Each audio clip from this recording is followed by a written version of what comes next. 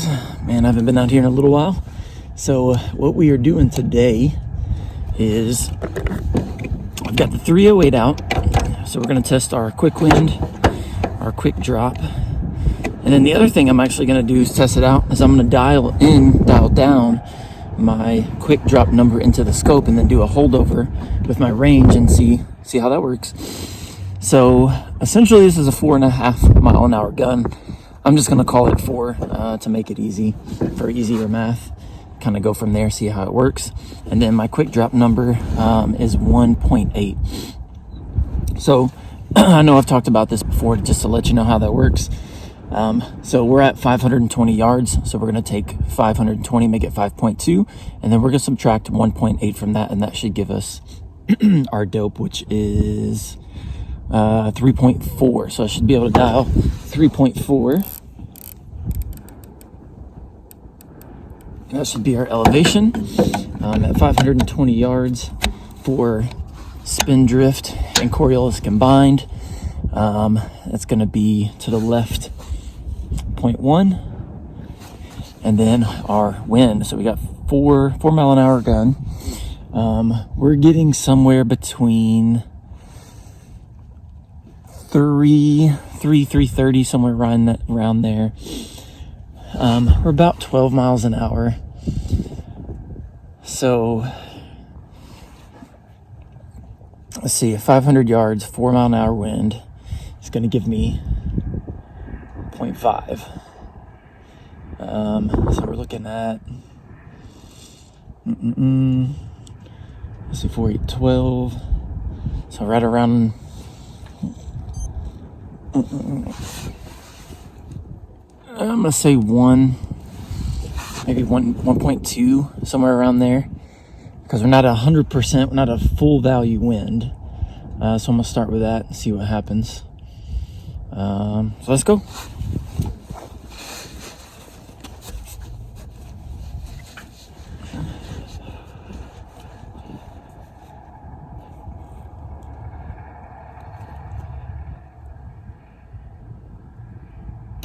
I'm going to go with 1. Oh, we're dying down. I'm getting gusts of wind, so I'm going to go a full mil, see what happens.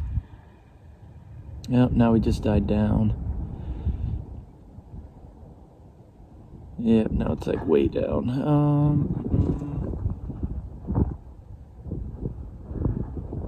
Go 0.9. I was going to say 0.8. So I'm thinking somewhere between a full mil and then 0.8. I'm going to just cut it in half, call it 0.9. Of course, the wind's picking up again.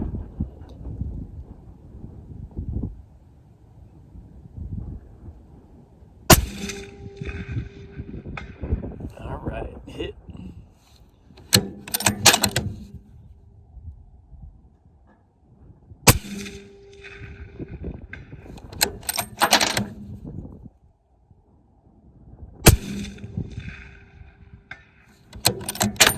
All right, got some hits, so that works out pretty well.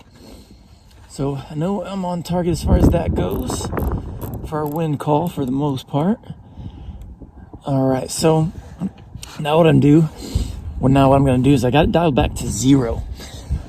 This scope doesn't have a 0 stop, so I'm going to dial down 1.8. So there's 1.5, 1.8. So now what that should do, within my minimum and maximum range, I should be able to just hold on whatever my range is. So 520 yards, I should be able to hold 5.2 mils. So let's go ahead and load up a couple more. Oh, I've got 3 in there. Call that 5. Throw 1 in the chamber. Safety on.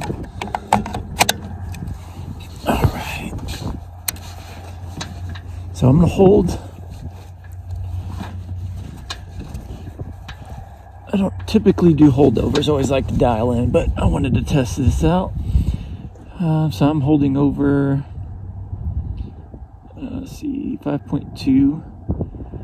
And this is where it gets a little tricky if we're doing this, because I've got about a mil hold on wind. So I'm going to have to hold hold a mill, so I'm like, don't even really have a reference point in line. But let's see what happens.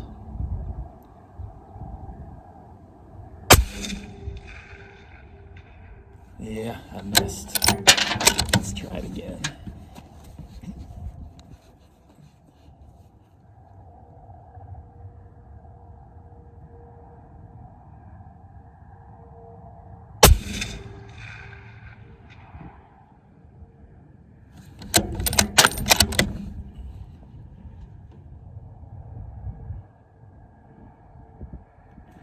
Wait a minute.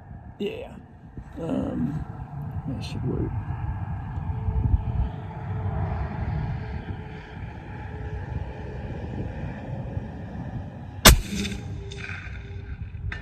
There we go.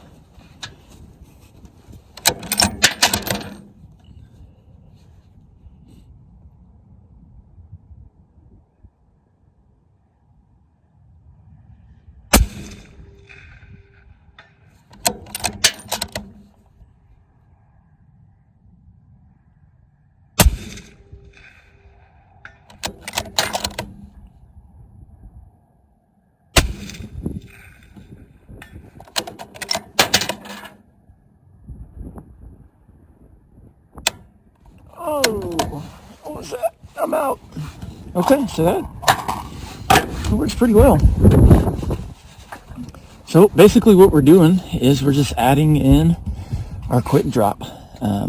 Just dialing it down. Now if you have a zero stop, some scopes will allow you to dial down 0.5 mils below your zero stop. This one doesn't.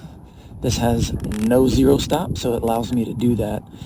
I am working on a design, and we'll just see what happens with it. I'll make notes.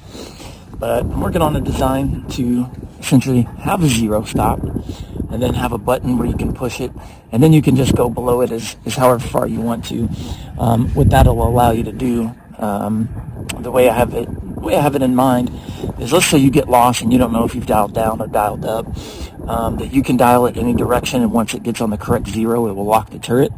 You'll have a button, you can push it, and then at that point you know you're on zero, and that'll get you set back.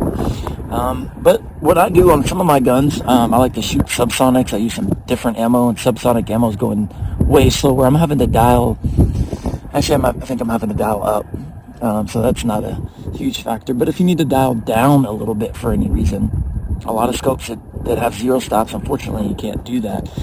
If you have a scope with a zero stop and you want to test out using your quick drop number, if you're doing whatever, you're gonna have to readjust everything. This just makes it nice and easy. So I'll do a couple more shots. Let's see, 1.8 is 9, 5, 6, 7, 8. Let's do a few more. What I'm actually gonna do, just to have a better reference point, I've been in that 1 mil range for wind, so I'm going to stick with that. And what I'm going to do is I'm going to go ahead and just dial it in. I need to come right. Let's just do 1 mil. That way I don't have to hold over and hold way off. I should be able to dial in, hold over right at 5.2 and should be good.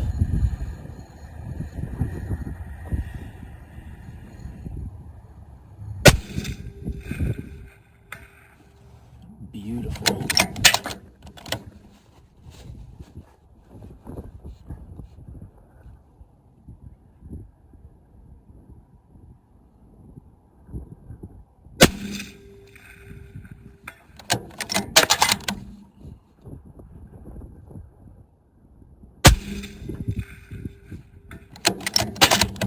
I love seeing the bullet hit. I know I got an impact.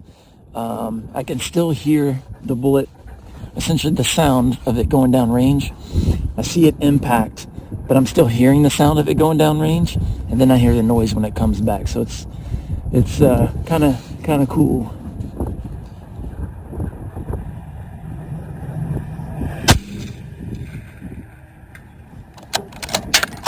All right.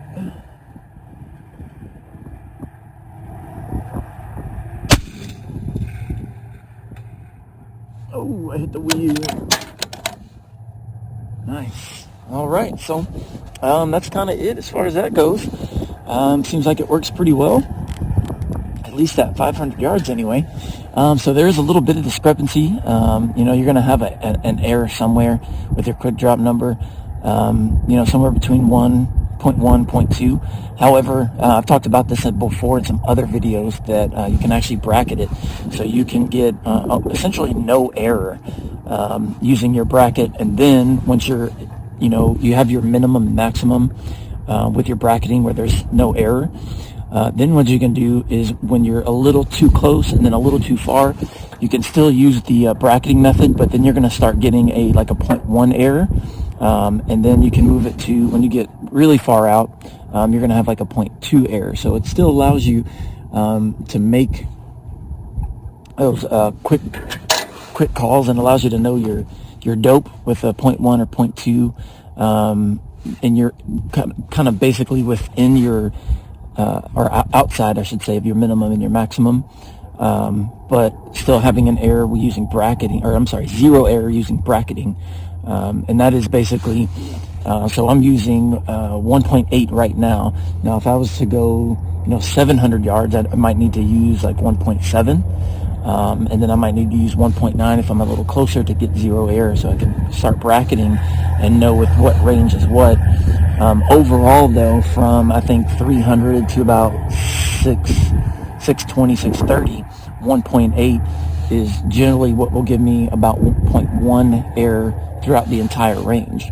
And then using bracketing, I can get it to zero error, essentially.